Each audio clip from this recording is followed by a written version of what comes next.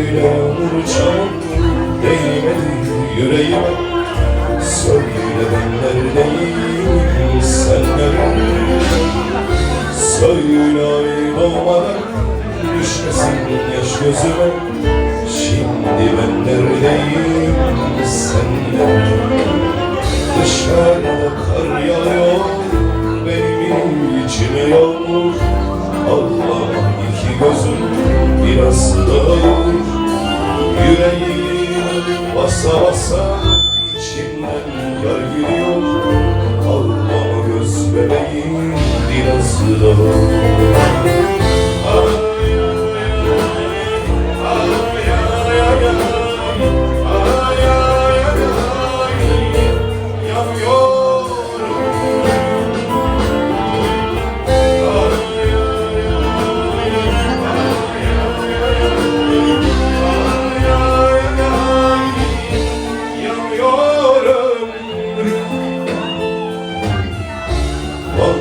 Yağmur çamur değmedi yüreğime. Söyle ben neredeyim sen neredesin? Söyle ay doğmadan düşmesin yaş gözüne. Şimdi ben neredeyim sen neredesin?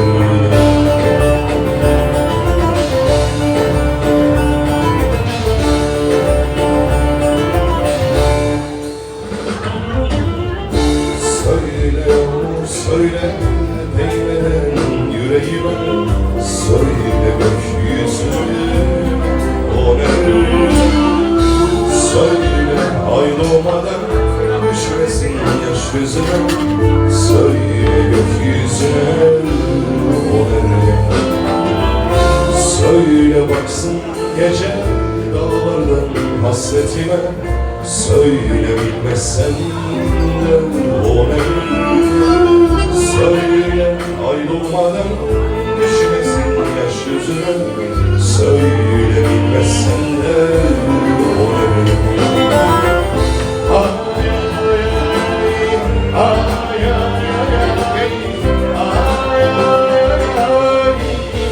Yanıyorum.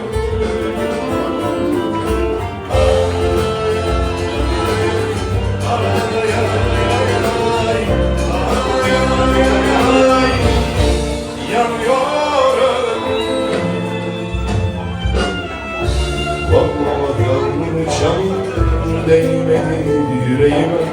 Söyle ben neredeyim sen nerede? Söyle ay doğmadan düşmesin yaş gözüme.